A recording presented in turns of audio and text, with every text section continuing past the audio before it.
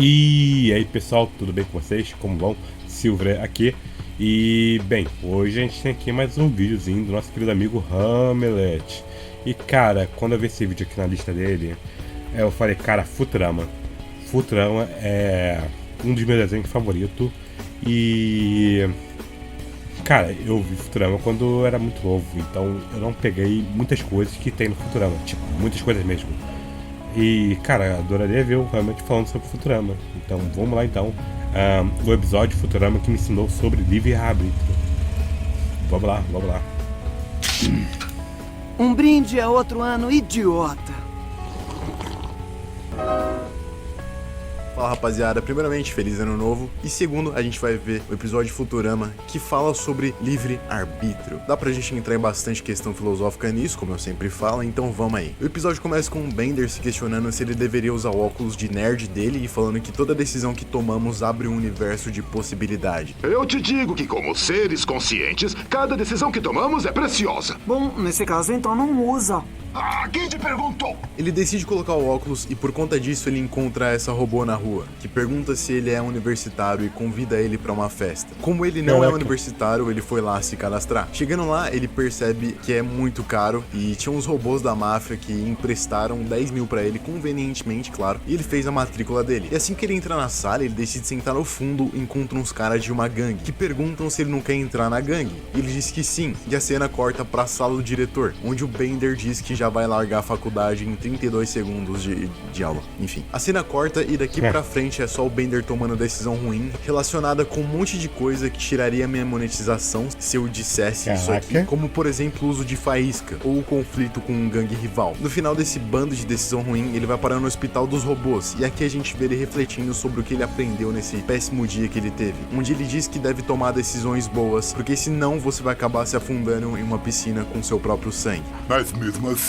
terá sua própria piscina. Muito profundo. Agora vamos ver se eu posso fazer só uma boa escolha. E como a gente pode imaginar, ele não conseguiu, já que assim que ele saiu do hospital, ele assaltou umas criancinhas que estavam vendendo biscoitos. Na verdade, tá mais pras criancinhas que assaltaram ele, né? Mas tudo bem. Depois desse contexto todo, aqui que a gente realmente começa o papo sobre livre-arbítrio, já que a gente chega no tribunal do Bender, onde ele tá sendo acusado de um monte de coisa, e ele seria acusado como culpado. Porém, o advogado dele se levanta e diz que o Bender é o que é conhecido no círculo científico como um robô, uma máquina cujo comportamento é pré-programado pelo software. Ou seja, todas as decisões que ele toma, na verdade, são frutos da sua programação. Se ele é mau, é porque ele foi programado para ser mau. E não tem liberdade de escolha, não tem livre-arbítrio. Então, como a gente pode condenar um animal, por exemplo, por agir conforme ele foi programado para agir? Um tigre, por exemplo, come carne. E a gente não pode esperar algo muito diferente disso. Se a gente negligenciar que o tigre come carne, e se a gente colocar o tigre para conviver entre os humanos, seria natural que ele devorasse um humano, já que é óbvio que tigres comem carne. Então a culpa disso seria nossa de ter negligenciado o tigre sabendo que ele come carne, ou do tigre de ter exercido a natureza dele. O mesmo é para um robô,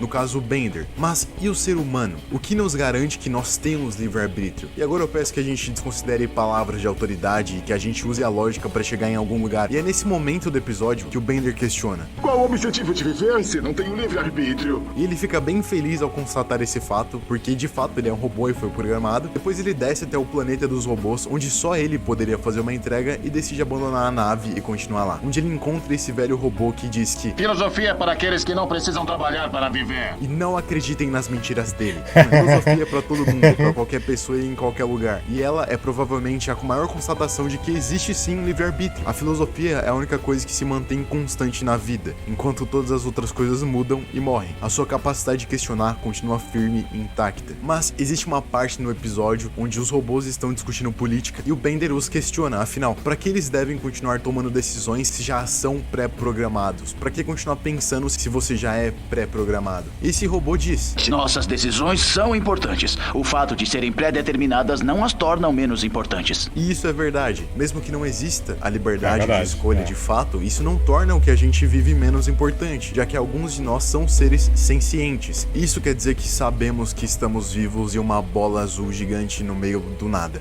O Bender vira um monge e decide tentar estar em paz seguindo uma religião. Mas quando o monge diz pra ele que existe um slot de livre-arbítrio que a mãe dos robôs colocou, ele abandona tudo e volta pra Terra, querendo ir atrás desse dispositivo. E com a ajuda do Fry e da Lila, enfim, eles invadem a empresa de robôs pra roubar. Nisso a gente vê a mãe dos robôs tendo um flashback com o doutor que conseguiu construir esse dispositivo, mas que resolveu abandonar a ideia porque a mãe dos robôs queria que eles tivessem livre-arbítrio pra se revoltar contra os humanos. E ok, eu até entendo, sinceramente. O livre-arbítrio é uma questão bem interessante pra nós humanos, já que muita coisa vem dessa ideia. Mas será que nós realmente temos isso? Eu acho que sim e que não ao mesmo tempo. Mas calma, eu vou explicar. Algumas coisas que nós fazemos têm mais carga genética do que podemos escolher. Por exemplo, respirar. A respiração só vira algo consciente depois que você pensa nela. As batidas do coração são outro exemplo. Nós não podemos controlar as batidas do nosso coração, não podemos escolher quando ele para de bater. Nem os nossos sentimentos podemos controlar. E também não podemos controlar os pensamentos que derivam desse sentimento. E também não podemos controlar tudo que acontece com nós. E não podemos controlar a nossa genética, nem os nossos traços. E não podemos controlar as músicas que nós gostamos, os jogos que nós gostamos. Você não escolhe ser mais introvertido ou extrovertido. Você não escolhe. Ok, mas o que então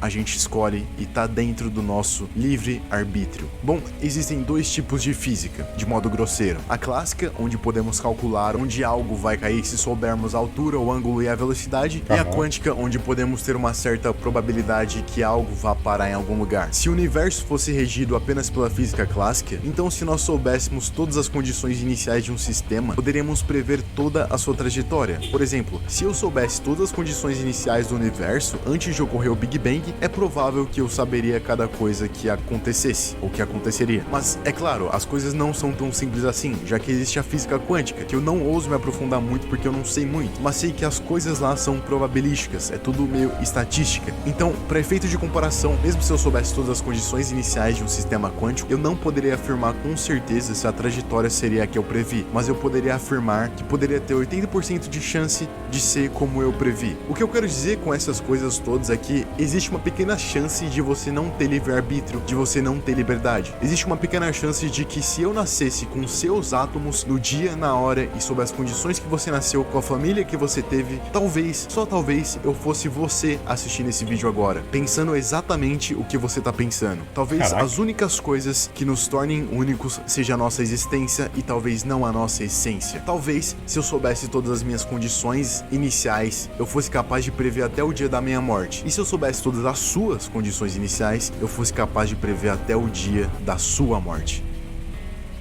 Mas ok, vamos voltar pro episódio. Eu sei que você quer saber o final. O Bender vai atrás do doutor e consegue um dispositivo de livre-arbítrio que o faz se libertar da sua programação. Como vingança, o Bender atira no doutor e ele vai pro tribunal por causa disso. E agora ele é livre. Aquele argumento do advogado já não é mais válido e ele é culpado. Bom, eu acho que ele foi um pouco longe demais pra se declarar culpado, né? E mesmo assim, ele continua dentro da sua programação, já que era isso o que ele queria desde o princípio. E olha, se você for analisar desde o começo, o que tá dentro da programação do Bender é ignorar e contrariar, e ele faz isso muito bem. E nos últimos momentos é exatamente isso que ele faz, quando o doutor diz que ele não quer atirar nele. Então, será que o Bender naquele momento realmente tinha livre-arbítrio? Será que o doutor, como um humano, sabe o que é um livre-arbítrio? Nossa. Bem filosófico, nossa. Dá aquele likezinho aqui pra ajudar o Hamlet, né? E caramba, cara. Nossa. Pensando por esse lado, é complicado, cara. Cara, um dos problemas, assim eu posso dizer, de ver os vídeos do Hamlet, que eles são tão profundos, tem tanta filosofia, tem tanta coisa envolvida no meio, que eu acabo não pegando tudo. Então eu passo um bom tempo tentando processar o que eu aprendi de fato. E, cara, é complicado. É complicado. E, bem, vamos ver aqui que tem de comentários. Wad, no caso. Filosofia é para aqueles que não precisam trabalhar para viver. Simplesmente a frase filosófica do vídeo. Muito bom, né, cara? Filosofia é para aqueles que não precisam trabalhar para viver. De fato. Até isso tem uma profundidade, eu imagino. Buxted. Eu lembro que assistia Futurama, acho que era na Band, mas não lembro direito como era. Mas eu achava muito legal, não entendi o que o desenho realmente queria passar. Até porque eu acho que eu tinha uns 7, 8 anos. Normal, cara. Normal. Eu vi um pouquinho mais velho do que isso. Eu deveria ter pelo menos uns 12, 13 anos. Augusto Lima Gonçalves. Seu canal me fez gostar de filosofia, mas tem um preço. A crise existencial. Justíssimo. Justíssimo. Acho que por eu ser meio ignorante, eu acabo não tendo tanta crise existencial. Mas tem às vezes que, mano, não dá não.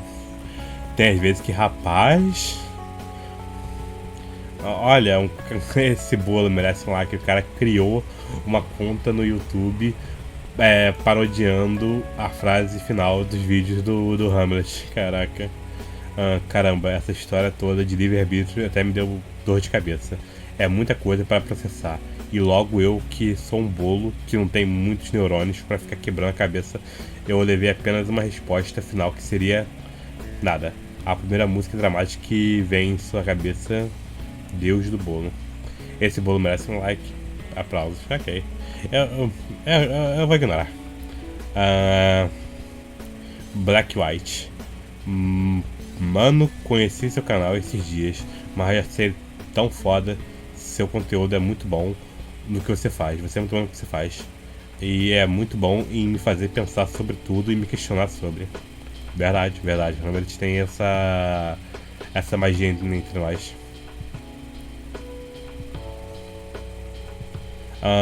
Lucky Jean. Cara, eu fiquei muito feliz que você falou sobre Futurama. É um desenho fantástico e muito à frente do seu tempo. E quase ninguém fala sobre ele. Esse vídeo ficou sensacional. Parabéns. De fato, cara, pouquíssimos youtubers, assim, hoje em dia falam sobre Futurama. E, cara, é um desenho muito bom. Na minha opinião, é o melhor desenho do Matt Groening. Cara, tem muito comentário aqui, tipo, muito comentário bom mesmo. Mas eu não quero alongar muito mais o vídeo. Então, vamos ficar por aqui. Muitíssimo obrigado a todo mundo que chegou até aqui, viu esse vídeo. Deem like aí embaixo, se inscrevam no canal. E comentem se querem que eu reaja a alguma coisa. Ficarei feliz de ver seus vídeos. E, bom, é isso. Fiquem bem, se cuidem. E até a próxima, pessoal. Falou!